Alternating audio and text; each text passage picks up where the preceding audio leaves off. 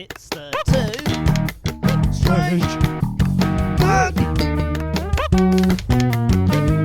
Men podcast. Okay, another Two Strange Men. Hello, my name's Carl.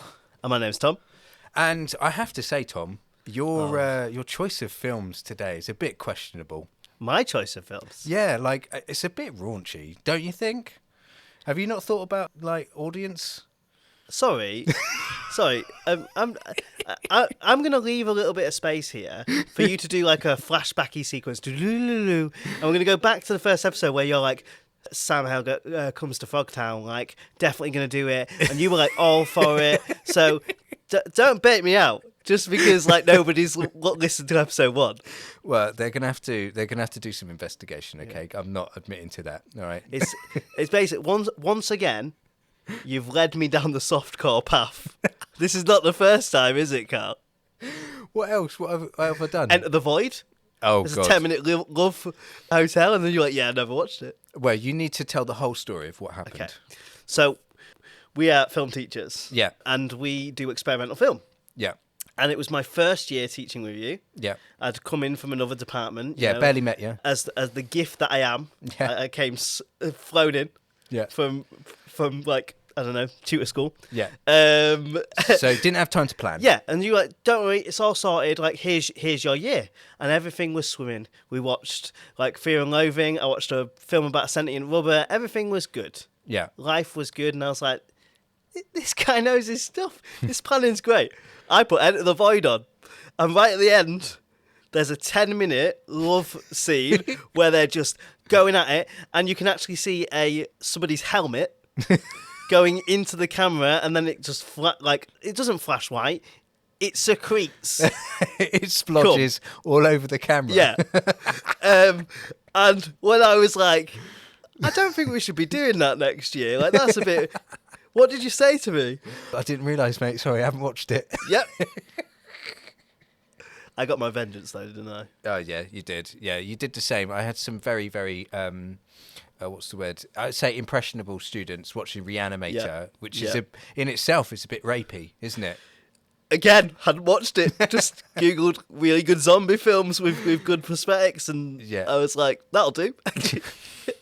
Okay, well, there you go. That's the type of people we are. And so today we've watched Hell Comes to Frogtown, okay? Yes. And yeah, it has been a B-movie bonanza, I would say. I think there's no such better title than It's a Bit Rapey, isn't it? Yeah, it's a bit rapey, isn't it?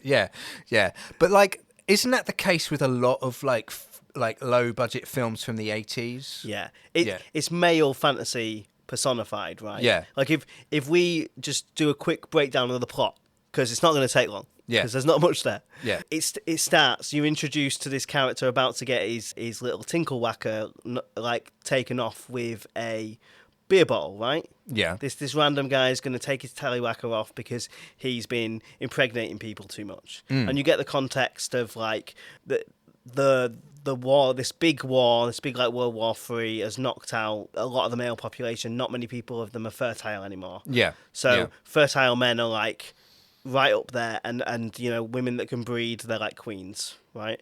Yeah. But they're not just the ones that can breed, but there's also other stuff going on, like for example the government. It's always referred to as the government, I hate the government, and things like that. Medtech. And there seems medtech, there seems to be like a branch of the like army, the government, that is specifically related to fertility and raising the population and stuff like that. But it seems like there's a recurring villain in it that is an army guy. Yeah. And other than that, then there's like everyone's just the only people in charge seem to be these fertility women, and they're all women for some reason, you know. So it's kind of like I did mention like in a previous episode the idea of we're kind of looking at like a world that's kind of turned on its head, and it's like a patriarchy versus the matriarchy sort of thing. And that's kind of there. It's like a Barbarella meets Tank Girl meets Mad Max. Yeah, sort definitely. Of, like, mix. And as part of it, so he signs a contract Yeah. saying that he needs to impregnate these women, Yeah. and they do like a, oh, gotcha, they're actually in a facility in Frogtown. You're going to have to break them out if you want to go jiggy and fulfill your contract. You want to go jiggy? I'll take you. Yeah, we'll go Frogtown. Go jiggy. That's the episode. Go jiggy in Frogtown. That's Frogtown. So yeah, I mean, like, you know, what we're doing is we're saying he, him, all of this time, but we aren't mentioning the amazing actor. I don't think I want to. I think I'm skirting. I want it to be a surprise. Oh, okay. It was a surprise to me, to an extent. Really? Well, I knew he was in it. Yeah. But then I didn't know he was in it. Yeah. Like... This is okay. So Rowdy Roddy Piper. Yeah. Okay, we need to speak about it. I'm going to talk about Rowdy Roddy Piper in a bit more detail in this episode when I do get the chance. But like this was his like breakout like performance. Wow. It was on the back of this actually that he ended up producing or working on the Carpenter classic They Live. Mm. Yeah. So, which is another film at some point in time we'll probably be whacking on this podcast as well. I've not seen it, so. Yeah, that's good. That's good. But anyway, so you didn't realise that you had such a titular role? Because you clearly invested in Sam Hell as a character. No, you're clearly not necessarily. Like the thing is, like with this film, it was kind of like rose-tinted glasses for me. Like I can absolutely see the flaws, but the concept of like a post-apocalyptic world where you've got anthropomorphic frog people, it just sings to my soul. I mean, you've seen this recently, and you've seen it in the past. One thing that I just couldn't get out of my, because I can compartmentalize a lot of stuff for B movies and just be like, it's a silly movie. Yeah. But Rowdy Roddy Piper, would look to the camera every now and again and go, "The war was a long time ago." And then you got frog people that didn't exist before the war, but they've clearly been there for a long time. Yeah. So, like, how old is he supposed to be? Okay, so Roddy, at this point in his career, is like in his late 30s. He's about my age. Yeah, and he looks it. He looks it. Well, he looks a bit older because he's got that 80s sort of like look of a man. You wouldn't say he's more than 45. He's rough and ready. Yeah, but you wouldn't say he's more than 45. Mm.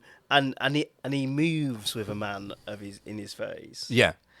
So like kind of like, it was a long time ago, and then establish these frog people and be like, they've got a whole society. And expect me to buy that. So he was a soldier in the war, that was established. So he's at least 18. Yeah. He's in his 30s. Telling me these frog people just mutated and had a full functioning society in 10 years. Well, what's making you suggest that the frog people are a byproduct of the nuclear war? Perhaps it's like just general pollution and stuff like that, and it's slowly been happening? No, they mentioned the war though. Okay. They specifically, like, you humans and your war and all of this kind of stuff. I think you need to suspend disbelief, okay? Because think about this, okay? Like from monkeys to man, we're talking like millennia so how upon can millennia. It be in the war? Like you'd never, if you took this logic, Tom, you would never be able to have like anthropomorphic animals and things like that in any sort of thing. Talking about you'd have to be like, you'd have to be so far into the future that mankind does not look like mankind at all. Do you know what I mean? I could buy if they just had a throwaway line of like, we were a science experiment to you, and they grew them in a lab. Yeah, right? But they didn't do that. Are you sure? Are you 100% sure? I did not go and watch this film with the script in hand, so I can't be 100% sure. All right. But, well, that's one thing, is that the director, who is Donald D. Jackson, he would be vocal at the fact that people would sort of like, the people who were funding it basically came in and they tried to control the production and stuff. And I don't know if that's just an excuse, But yeah, this is what he's basically said. It's like they're going off script a lot of the time.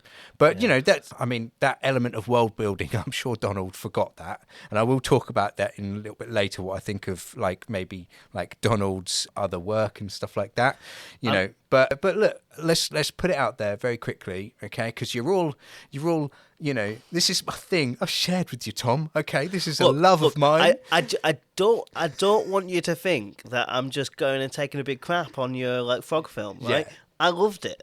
Okay, good. That was the one element that just didn't sit with me. Oh, really? That, and I mean, there's a whole campfire scene that we have to address at some point. Yeah. Like, that was insane. Yeah, but that's what they were alluding to, wasn't it? Anyway, we'll get into that. But look, one thing I wanted to do with the rest of our film critique podcasts is to at least give people the opportunity to have like a full sort of like story of what happens, because a lot of the time what film reviews do is they go through the film bit by bit and they have something to say about everything. But we just like to just get into the muck, don't we? We mush that pie and up. mush up, yeah. And so like at least I wanted to just give like an overall plot. Yep. Some of these films that we're going to be watching, you're not necessarily going to be able to get a lookies at it before we do a podcast. Yeah. But this one you can, as I've mentioned previously, it's on YouTube. There is a version of this on YouTube, and yeah, it's a pretty good version. It's on YouTube, and they don't blur out the boobies. It's very watchable. Yeah, you don't need to sign in to watch. If that matters to people, okay. All right, I'm not sitting there like, you know, with my tallywhacker in hand. I'm just saying, you know, if you want to get the full treatment of like what this 80s film was, you know. I mean, we just watched The Substance and that was all boobage, wasn't it? You won't need your tallywhacker in hand because for every little boob shot, there's a beautiful like frog shot. Yeah. And you can take it however you want. Look, I mean, it all depends on what you're into. Before we move on, there is something I need to mention. Okay. So the frog courtesan, or however you say that, the frog dancer. Yeah. Okay. Right. Big old frog face, big old frog hands. Did you notice it had human legs, like quite sexy human legs, with suspenders on? Sexy? No, I'm saying the legs were human and quite slender and quite, I guess. Well, if you stretch out a frog, like they're quite, but they were human legs. Yeah, I know, but if you stretch out a frog and like let it like hang with its like frog legs out, also they're pretty slender, sexy legs. Also, getting past sexy frog legs. Yeah, no, can't. Sorry, it's in there. They only ever referenced them being frogs in a way where their anatomy is different. In one bit, yeah, where he did a leap to get to a high bit of a car, and they put a sound effect on. Was like whoop. Like, ribbit. And that's the only time they ever used any frog-like ability. I loved that. Yeah. It was a bit slapdash at times, wasn't it? But you know, just like the sexy frog lady, okay, which I know we're jumping the gun here. We will go back into where the sexy frog lady comes in, but she had breasts. Did she? Okay? Yes, she had breasts. Or she was stuffing a bra, but she had the breasts, right? And so that makes me think, okay, so these frogs have adopted mammalian anatomy, yeah? So she's got a pair of milkers for her young. And what does that mean? Does that mean that they now give birth? Like, there's at least one lizard I know that actually gives birth to their young, as in it doesn't come out as an egg. It's all incubated in the tum-tums and then comes out, you know. Tum-tums. Yeah. So, I mean, like, it's possible, I guess. Like, evolution really moves very quickly then in this. But, like, you know, you've got to suspend disbelief so you can watch. So you keep telling me. Yeah, the sexy frog lady try and get on just with, to establish, it's the legs, right? I weren't into the face. I mean, neither was Roddy Piper, but when he put a bag on it, that finished the film for me. I was like, I'm never going to say anything bad about this film. They should have actually put the bag on. Anyway, we've got to stop. Yes. So that we can start. Okay. Yeah. So, right. Okay. So we've established the fact that this is a post-apocalyptic world. Okay. Lots of nuclear explosions have happened, etc. And what we've got is a infertile human race where only special people still have fertility, etc. And there's only seems to be one man. Okay. When we start the film, he is tied up because the local almost like sheriff or army general of that area has found out that he's like, you know, copulated with his daughter.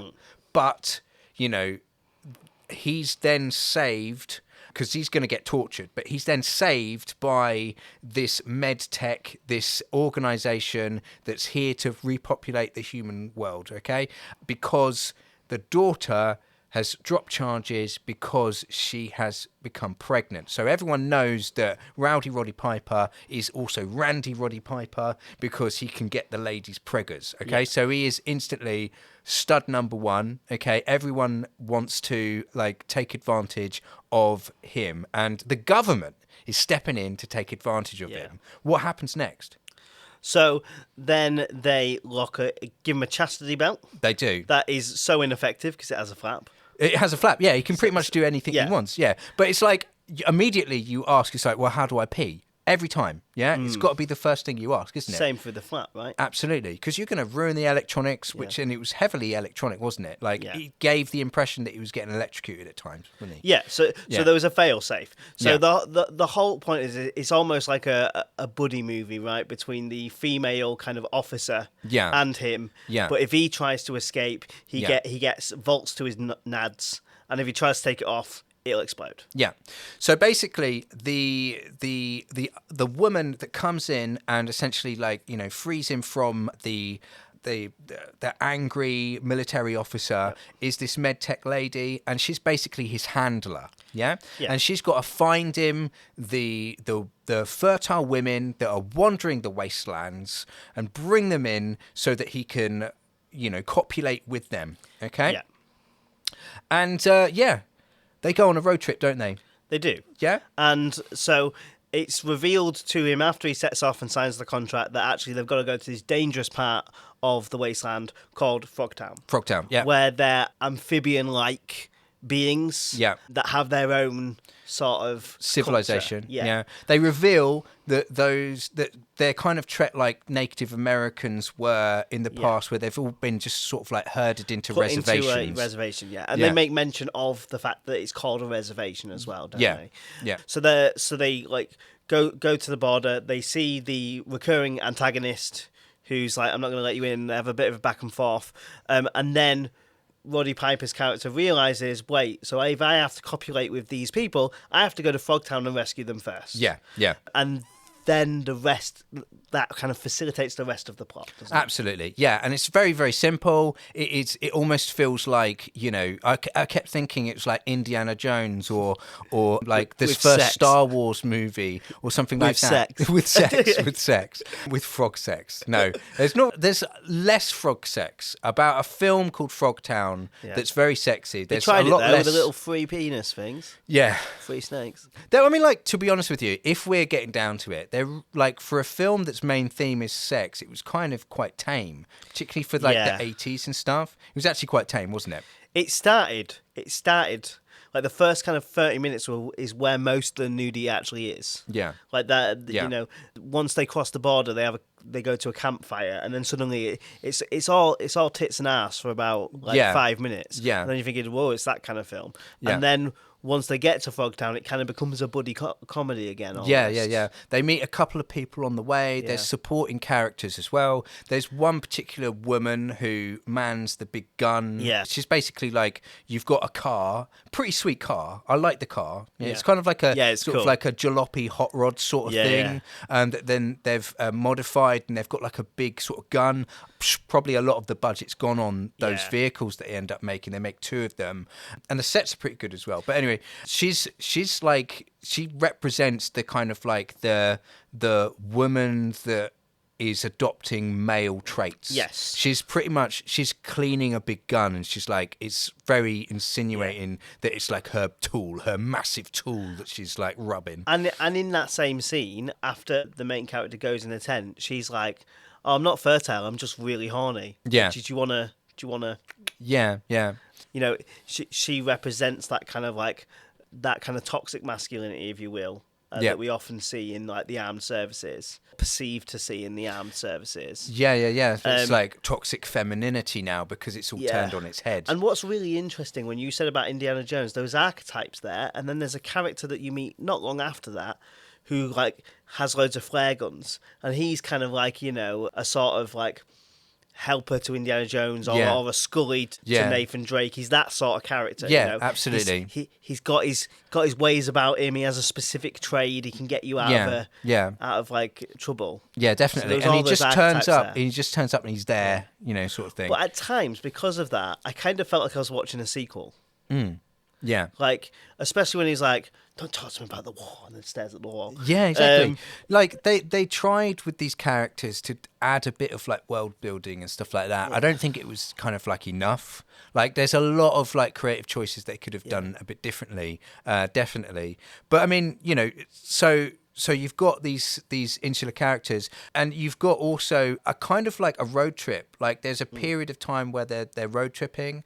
I liked they kept cutting to like a wide shot where the car went from one side of the screen to the other, like quite far off. And I just like that as a passage of time, nice and simple. Yeah. Like, it gets us from one scene to the other, and it was quite stylistic, I thought, for this sort of film. Yeah. I even found, like, during that period, another sort of stylistic element that was, I can't exactly remember what ends up getting said, but they were insinuating, so when they were talking about, what do you mean I gotta go to Frogtown? He was just saying all of that stuff. And what I gotta do when I gotta get there. And like, the woman's like, well, you gotta get them pregnant.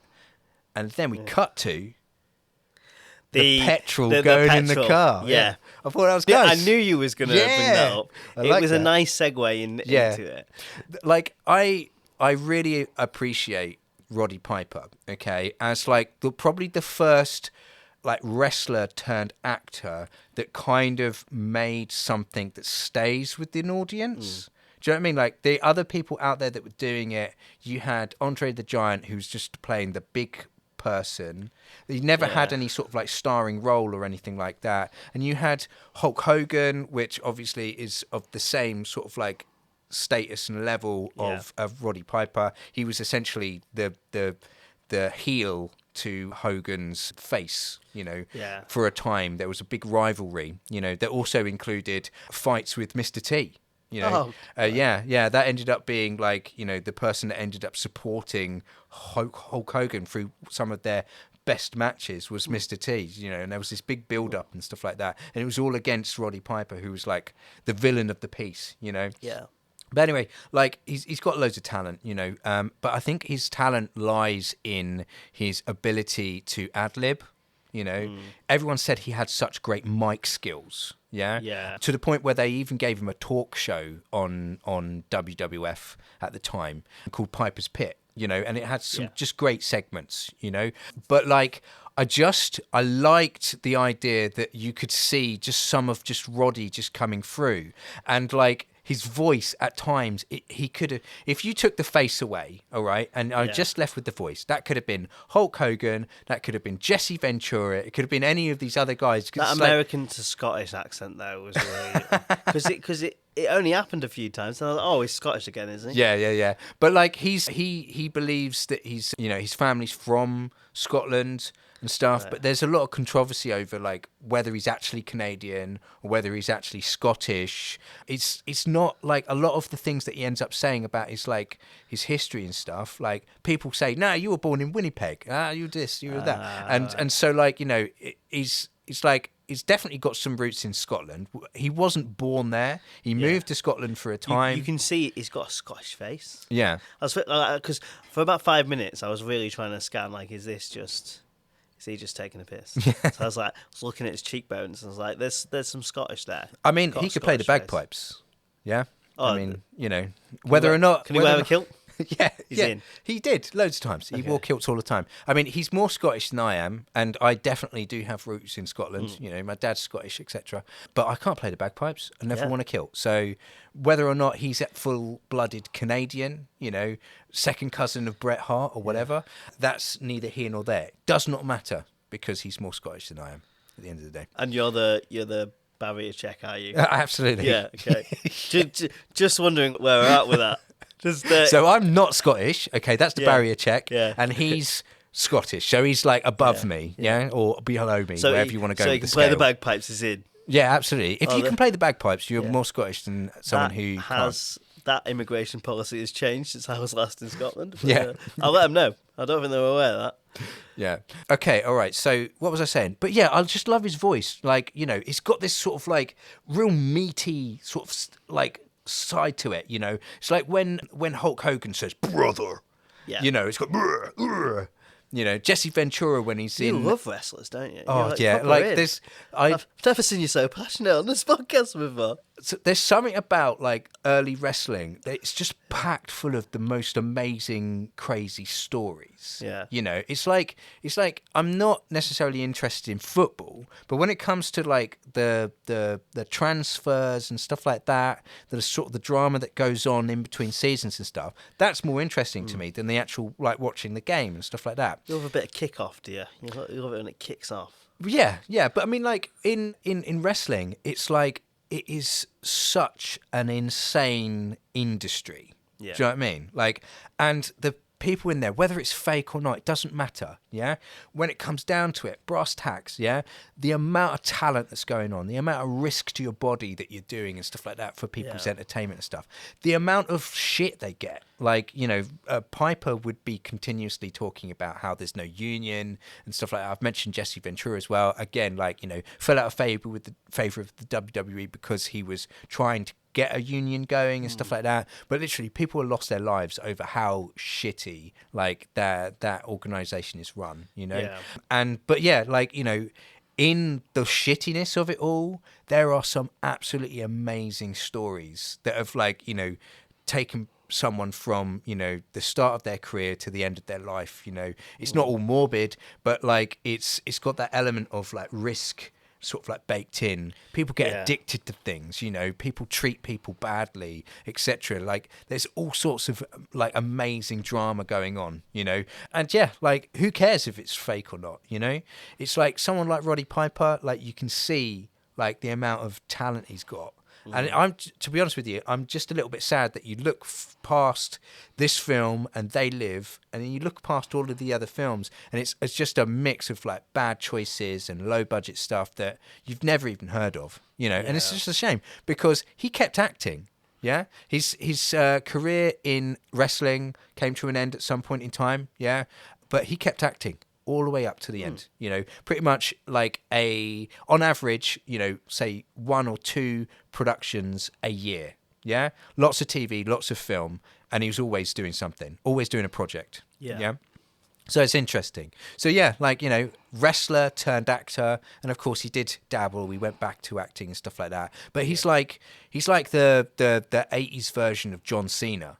For me, I think, because he's an actor, but he's versatile, I would say, or had the possibility of being versatile, you know, because like, you know, there's loads of times when you see Roddy Piper and he is stone cold serious, you know, but then he's got this comedy acting ability as well, you know. Got a presence. He's got a definite presence, yeah. And I liked it, you know. I liked his voice. Kind of missed the guy. I wish he was still around, to be honest with you. But he would be old, wouldn't he? He'd also be a great podcast guest. Well, yeah.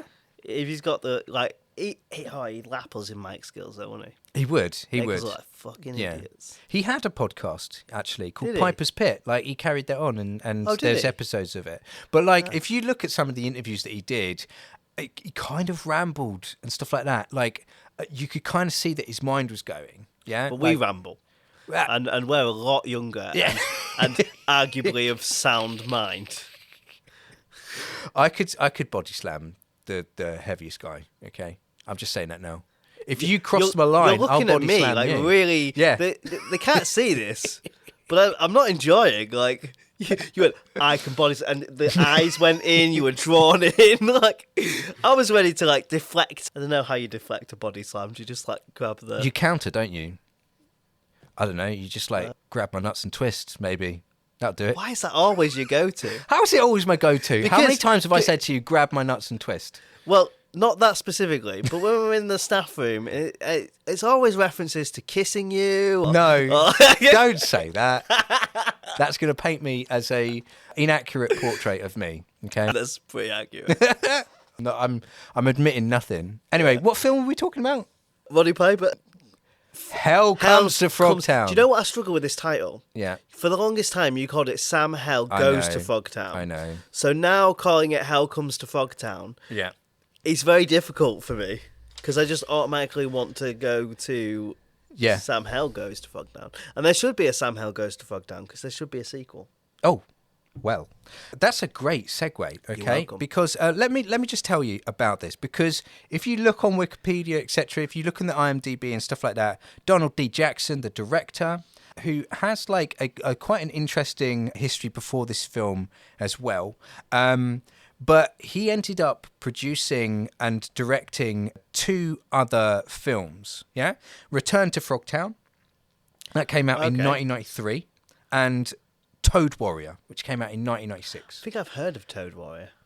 I don't think you have. Okay, only because it would just be a different film called Toad Warrior. Okay, because the budget of this film, the acting quality, and everything about it is absolutely abysmal. It's really? like, it's unwatchable. It's like, so basically at that point in time in career, it's like, well, we've got absolutely no budget, but like there's a few people that want a Frogtown film, so let's just do it.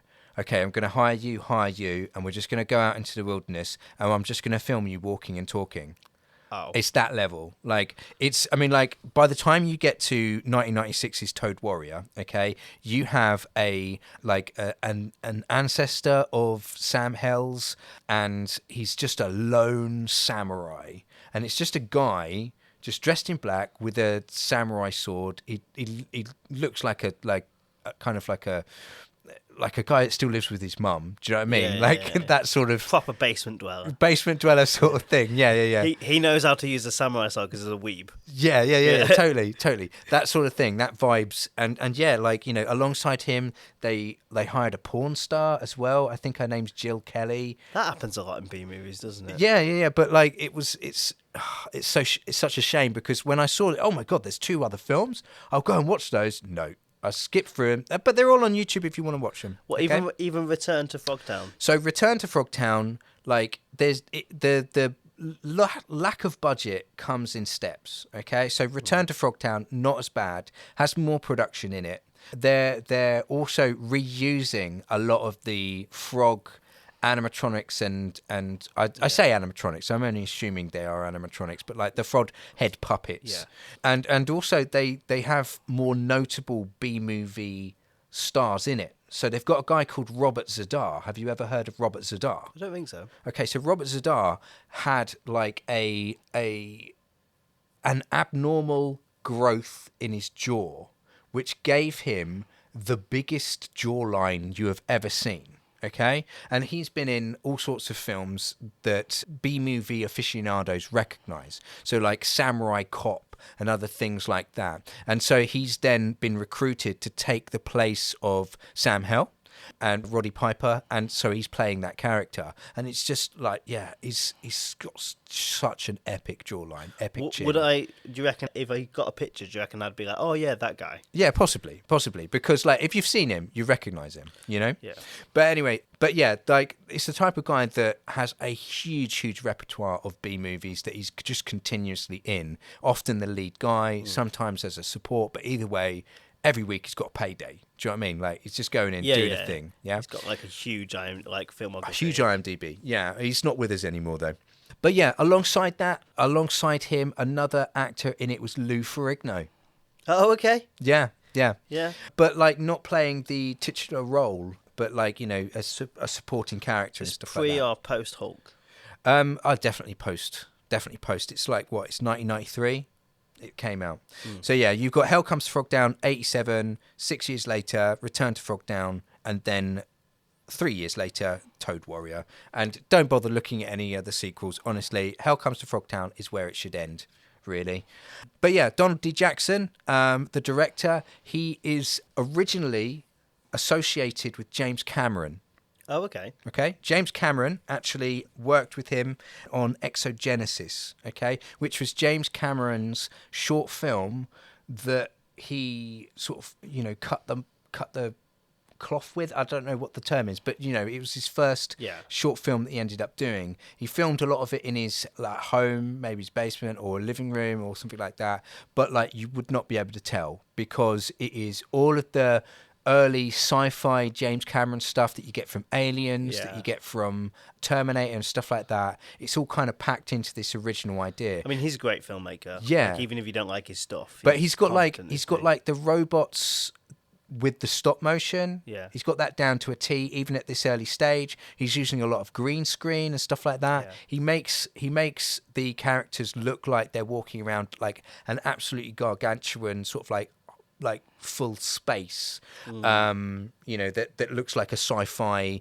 sort of like space station or something like that, or giant building. And then within there, he's got like these stop motion like robots and stuff that remind you of like the exosuits from Aliens, amongst other things, to get away from me, you bitch, or whatever bits,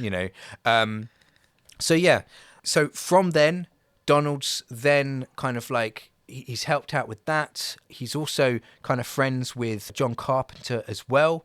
I think he's ended up helping John Carpenter on a product as well. He also writes the novels. Oh, no, sorry, I'm getting them mixed up with two different people. But the writer of Sam Hell was creating the novels for... Oh, God, I've got it mixed up. It's Randall Frakes that worked with... with James Cameron. Sorry, I'm getting that mixed up. So it's not Donald D. Jackson that's doing that. It's Randall Frakes. Yeah. So the writer, he also novelizes Terminator as well. I thought you could say he also novelizes porn. I'm like, not surprised. But no, Terminator and Terminator 2, he creates the novel for those. He writes the novel. So he's got like a good connection with James Cameron. But like with both these guys, and they're kind of interchangeable, to be honest with you, because it's literally after Hell Comes to Frogtown, which was okay, there's nothing of merit there, to be honest with you. I mean, it's probably more than I will ever produce and stuff like that. It takes a lot of skill and chutzpah to like make a film, etc. But a lot of it ends up just getting critically panned, and things get lower budget and lower budget and lower budget. Kind of like Richard Kelly, right? This was his magnum opus. Yeah, but with Richard Kelly, he went on to produce a lot of stuff, true. And probably even made more money. Southland Tales was, much like Donnie Darko, it was kind of like missold sort of thing, but it's gained cult classic and stuff like that. There's a lot of stuff that these guys have produced, Randall Frakes and Donald D. Jackson, that's not... It's never not gone anywhere. Yeah, but another thing that I kind of noticed with their back catalogue, whether they're directing, whether they're writing, is that stuff that they end up producing is a bit pervy. Yeah. I mean, it's kind of like just... Well, the whole thing is like the male fantasy on steroids, isn't it? Yeah, it is. The one male that's left. Yeah. Who's he's been sprayed with the Lynx can. Yeah. And all the women are chasing him, sort of thing. And it very much gives me that kind of like, you're the only one that can do it, and it's just like women just fall at his feet. Well, whether they're impregnating him or not. Yeah. Like impregnating themselves or not. It's just like he's the most irresistible man on the planet. Yeah. Yeah. And there's times where it's just massively not appropriate, and they're like undressing for him. Like, mate, you on a mission. Do you want to talk about the fire scene? I do. Yeah, go on. Is it obvious that it's like? Well, you've mentioned it a few times. Let's get into it. This is your rant. Okay. Special rant time. They bunker down for the night, and they've got a little fire going, and Randy's in like a sleeping bag. Yeah. Suddenly, from her tent, the med tech girl comes out. Yeah. And she's in her pants. Like a bra. Right. You say it like it's a wife run. It's like literally like, I think military camo lingerie. Yeah, but like it's raunchy. Absolutely. She's not Bridget Jones, right? She's trying it on. Yeah, she's doing all this. She's dancing, and then it's like, all right, come on then. And she's like, how dare you? And then she just goes back in. And she's like, I'm not allowed to do this. It's the mission. I'm like, so why come out and dance sexy to him? Well, look, you've missed something there, my friend, okay? Because she states in there that her job is to keep him in a state of arousal. Okay, that makes a bit more sense. Yeah, she states this. It's like, I'm sorry, I'm not actually meant to have sex with you, because she presses the button because he's got like an electric shock thing in the pants just in case he runs. She presses her earring. Yeah. And I thought that was a great bit of like that bit was prop good. saving. Yeah. It was just in the earring, yeah. But then after that, she goes off. And then they're like... She goes to bed, yeah. Tough old nails woman just comes up and is like, oh, do you want to see my banging body? Just gets naked. Yeah, yeah. And then she's like, pretty horny, by the way. Yeah. And he's like, yeah, all right. And then they get into the thing together, and she's like, oh yeah, this is the thing right. is, right? And then, if you're gonna like sneakily have sex with someone while your boss like is away, don't go full Starkers. Exactly. This is what I was saying. Like she had to pull her off, and like you know, she was out of the covers and everything. She was completely naked. And also, should we just go into the car? Like, right outside. There's all sorts of things you could have done differently. And then she's like, "You're out of uniform. That's it, is it?" And then it's never addressed again. Yeah. Like she just cured her loneliness actually because she like spooned Randy for like 5 minutes. So yeah, I mean, like, is that all you've got to say about the fire scene? It's crazy to me because I had to have that like scene. the film so much, but it sexualizes women so much in such a weird way because it's like it wants to be empowering, but then it wants to see them as objects, but the powerful objects. I'm just like, what is this? Yeah, but okay, so like there's this element to it where it's kind of like, you know, you're kind of treating people like cattle. Okay, now with that scene, or maybe the scene later, because there's 2 fireplace scenes, isn't there? There's the first one where they try it on, and it's a bit of like character building sort of thing, very light though. But you're not going to talk about the other one, are you? Yeah, I was going to try and avoid that. No, you have to talk about it. Like there's weird. There's a later scene where he actually has to do the deed with someone. He has to rape someone, and then after he rapes her, she's like, "Cheers for that." Gives him a kiss, and acts like he's the best thing in the world. Yeah, he literally raped her. Yeah. But so basically during the whole road trip scene, you've got 2 scenes at a fireplace where these kind of encounters happen. These sexy, tongue-in-cheek sort of encounters happen. Okay, the first one, the 2 ladies try it on with him to kind of establish that he's a sexy man sort of thing. But also like it creates a rapport, will they, won't they rapport with the blonde-haired lady. I'm not condoning it. I'm just saying that's the reason for it, isn't it? Yeah. But then the second one, they're establishing the whole idea that he's going to actually like impregnate ladies and stuff like that. Okay, so they find some woman just randomly like running through the desert, etc. She said basically that she'd escaped from Frogtown. Okay, so it's giving us more Planet of the Apes vibes at this point in time. I'm surprised she was able to speak. I thought it was just going to be like Planet of the Apes, where you've got like some people who can speak and some people who can't speak. But she was in a dress. It was a tattered dress, etc. That was tied up, but she was like still like, you know, there was a remnants of what's the word, intelligence there, etc. or whatever. Then when she's all like settled down and everything like that, after they have a little bit of a fun back and forth where she kicks like Randy in the balls or something like that for trying to feed her soup, she's sleeping, but they inject her with some sort of serum that's going to pretty much just intoxicate her or something. And make her horny. Yeah, make her horny. Yeah, like what? Like that's not okay. You've drugged her. Then you've raped her, and then like the problematic thing for me is not that this is a different world. Like, okay, fine, that's what happens like in the wilderness. You know, it's a crazy time. Yeah. But then for her to just be like, "Oh, thanks so much for like getting a baby in me," it's like that's mental. Yeah, but I mean, like, you know, like it's a completely different time, isn't it? You know, like again, I'm not condoning it. But the film, the way the film handles it is almost like they're condoning it. If Children of Men had someone who was fertile, that's my water bottle going. Sorry about that, everyone. So if Children of Men like was filmed at a different time, etc., they'd probably have a bit of rapey sex in there as well. Maybe. But, I mean, Children of Men, is based on a book. It's got like a heavily amount of, you know, effective writing behind it. Sorry. but the thing is, yes, maybe that thing's happened, but it's how the film handles it that's important. Yeah. I'm not saying that the scene shouldn't have happened. I'm saying that the film was like, "Oh, Randy," like, because that was basically the implication, right? You'll be doing what you're doing. Slap him on the bum, let him skip off the sunset. That's my problem with it. Not that the scene happened. I feel like it was an important scene to happen, but the way the film was just like, "What are you gonna do, man? Eh?" Yeah, and that's a little.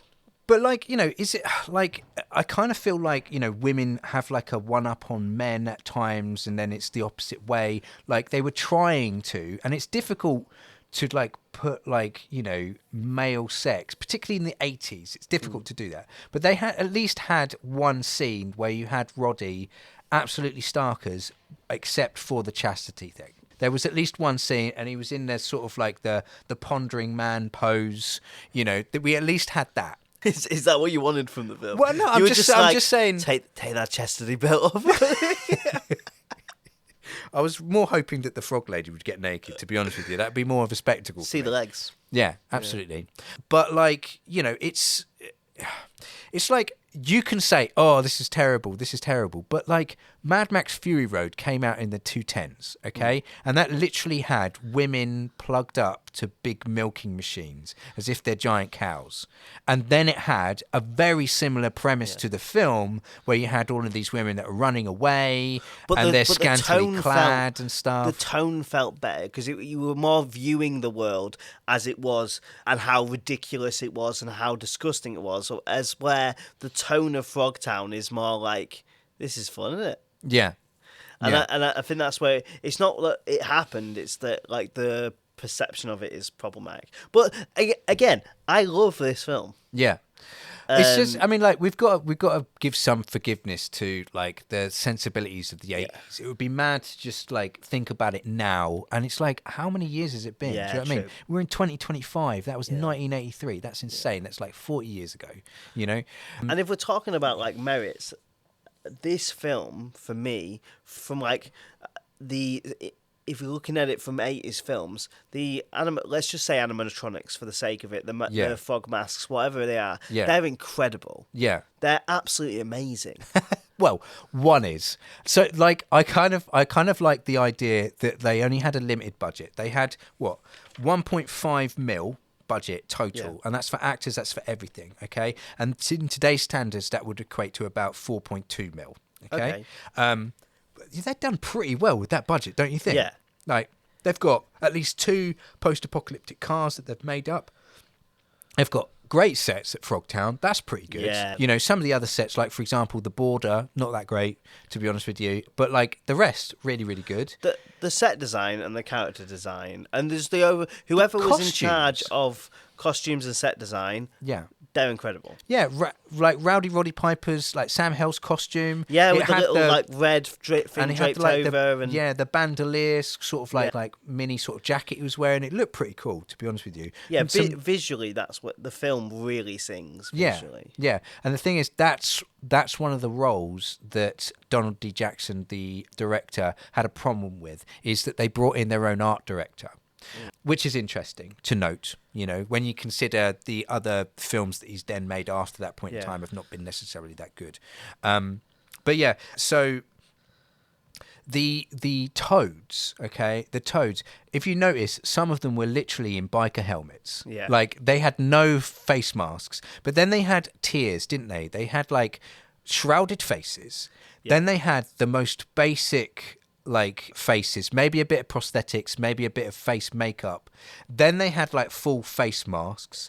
Yeah. Then they had like Nutcracker jaw style face puppets that went over people's heads, where you could literally have the mouse flapping. And then they had the main boss man of the whole place, who had animatronics or something going on with the face helmet that was to the level of like Disney's dinosaurs, wasn't it? And this is like a practice that's still used today, right? I mean, you look at like Walking Dead; they do this all the time. Yeah, far away zombies, like really, really light makeup. Yeah. And then the closer you get, the more mangled kind of. So it's still something that is used to this day. But the problem is, a lot of the time, the ones that are literally right in front of you are the ones that have decided not to put a face mask on, which is really annoying. Like when the lady at the end is expected to dance for the man. Very much like the Jabba the Hutt scenes. Yeah. She's expected to dance for the main frog, the twin snakes man. 3 snakes. The 3 snakes, yeah. Sorry, triple snakes. He's 3 snakes. He's got 3 dongs. Yeah, because that's the case with frogs. Anyway, I was going to ask that. Yeah, but I was going to wait till our next episode. But look, I mean, like frogs with tits. Like if they've got frogs with tits, they can have frogs with 3 dongs if they want. Okay, but yeah, like the person playing the music, where we had a close-up cut of him that they kept cutting back to. Just a biker helmet on. It's like, just get one of the other masks and put that there. Yeah. It's very strange, you know. And like the toads were also really inconsistent, right? Because there's that wonderful looking toad who was that they were trying to sell to before. Yeah. And then there was the eye patch one. And then the boss one. And they all looked vastly different.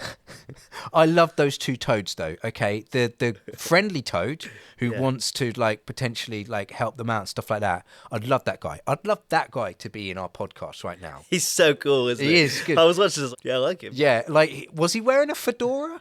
He was wearing a fedora, and he had, like, little, like, almost like a nose strip. Goggles. Little goggles or something. Goggles, that's it. Yeah. But it looked like just a nose strip because of, like, amazing. And the other guy, the eye patch wearing guy that comes in and steals the woman, etc. His performance was like all over the place. It was amazing. Yeah. Like and when he was like, "See, no explosion." He's literally like, if I can clip that as a GIF, I'm going to send that to everybody. Yeah. See, no explosion. I mean, he's got so much meme potential. Like there's a point in time where he's getting her ready for the Twin Snakes guy, and he's literally going. It's just like. Just an insane level of like performance, like "A night you'll never forget." Like it's insane. If that came out like in the last couple of years, it'd be all over the internet. Yeah, Reddit would dine out on that. Yeah, for years. Absolutely. But yeah, I mean, you know, again, if we're picking faults at this, they went in as, and this is something we haven't explained, is that they went into Frogtown in the guise that they were going to pretend to be slaves that were to be sold there, yeah? And then they were going to, like, find all of the women and bring them out so that he could have his way with them, etc. Yeah. But, like, they get dressed up in lingerie, or they get put in lingerie while they're there, and it's all clean. How are they managing to clean that? Do you know what I mean? Like, everything else is like, they're literally walking around with rust on the walls everywhere, but they've managed to give us pristine lingerie. And like not a speck on it. What's pristine? Yeah. But yeah, I quite like the idea that it was very similar to Fury Road in plot and everything like that. And that's not something you would get, would you? In my headcanon, the like Miller just watched comes to Frogtown. Yeah. Like the night before, I was like, I'm going to bring this franchise back. God damn it. Just furiously writing notes the whole time. Yeah. But yeah, I mean, like, you know, it's not a perfect film, okay? It's not a perfect film in any way. And, you know, it's got like an interesting fight scene, interesting chase at the end. I think a lot of effort's gone into the production and stuff like that, but it's definitely got that bad movie charm that a lot of people like. It's so good it's bad. Yeah, you know? I loved it. And it's really effective in some places and just really head-scratchingly awful in others. But as an experience, I'm really glad you recommended it to me. Yeah. Out of all the films you recommended, it's probably the one that's going to stay with me the longest. Yeah. I just got some final thoughts to say about Roddy Piper.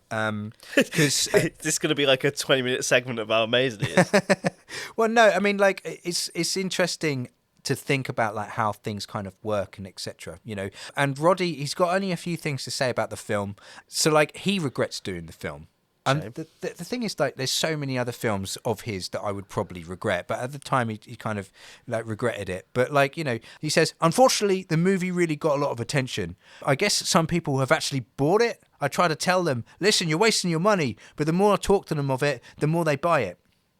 Yeah. There's some interesting points in it. John Carpenter essentially saw the Donald D. Jackson, who originally worked with Carpenter, and he basically said he saw some dailies and he saw Roddy Piper acting. He was like, this guy's awesome. Like, I'm gonna get him. And literally, like, within that year, he was working with Roddy Piper on They Live. Yeah, They Live, for anyone who hasn't watched it, is a film by one of the like best sort of like 80s schlocky directors, John Carpenter. And essentially in the film, he Roddy Piper is a kind of a construction worker who finds a special pair of sunglasses that allows him to see pan-dimensional aliens who have secretly taken over the world, are controlling everything through mind control, through advertisements and consumerism and stuff like that, you know? Kind of like Parasite. Yeah? No. Not Parasite. Are you talking about the Korean film that came out? I'm talking about the original manga by Jido Ito. It's of the same thing. Sorry about that. But the parasites kind of, like, they get into you, and they can, like... Everyone knows it because they become, like, you know, blades and stuff. But basically, they implant into you. Interesting. And they're a... Okay. They're like... So it sounds similar. Okay. I mean, funnily enough, Donald D. Jackson actually went on to... Oh, no, not Donald D. Jackson. The guy who did all of the sort of like makeup and stuff like that for the frogs and everything like that, he has a huge list of films that he's ended up producing. He's super talented. He's super talented. But, like, you know, he's worked on Power Rangers, and you can kind of tell with the way in which things have gone. But also... what's the word? Guyver, I think it's called, which was like an early, the Guyver films. It was an early sort of like Western manga adaptation, starring Mark Hamill. Yeah, and if you find Guyver, etc., the live action version literally just looks like a whole bunch of Power Rangers villains, pretty much, in the big suits and everything like that. Imagine Mark Hamill just like with some sort of special suit that kind of covers his whole body, etc., where he can like fight shit and stuff like that. Yeah. But yeah, you know, that guy, what's his name? Steve Wang. I've actually added a couple of his films, including Ninja Rascals, which we'll look at some point in time. But yeah, this has been our episode on Hell Comes to Frogtown. No crazy outro this week. We're not going to, like, blow your minds. Just a simple goodbye. Yeah, simple goodbye. Well, I mean, like, next episode, before we have a simple goodbye, let's give a simple reference to the next episode. We're going to be looking at frogs. Amphibians, baby! We're going to be having a look at the idea of frogs, and much like any of our other episodes, see what influence on culture, on, you know, what strange stories and things like that add to the idea of mythos, religion, that allow us to kind of like have that sort of affinity to frogs, the sort of like feeling, much like, you know, like people feel a certain way about spiders. And we'll have an episode about spiders at some point in time. We're doing that about frogs. There's going to be a 10-minute segment where I tell you about my manga idea that involves frogs. Brilliant. I love it. Not a joke. I haven't. Good stuff. Good stuff. Yeah. Okay. All right. Thank you very much. Simple goodbye. A simple goodbye for you all. Bye. Thanks for listening. Here's a disclaimer. We are not experts. We can easily get things wrong in an episode. Our intention is to explore and open up the possibilities for further exploration. Come find us on Twitter, Facebook, Instagram and YouTube. We would love some interaction. Also, if you can consider supporting us on Patreon, that would help a bunch. Search for 2, that's number 2, Strange Men Pod, all one word. Until next time, keep it strange.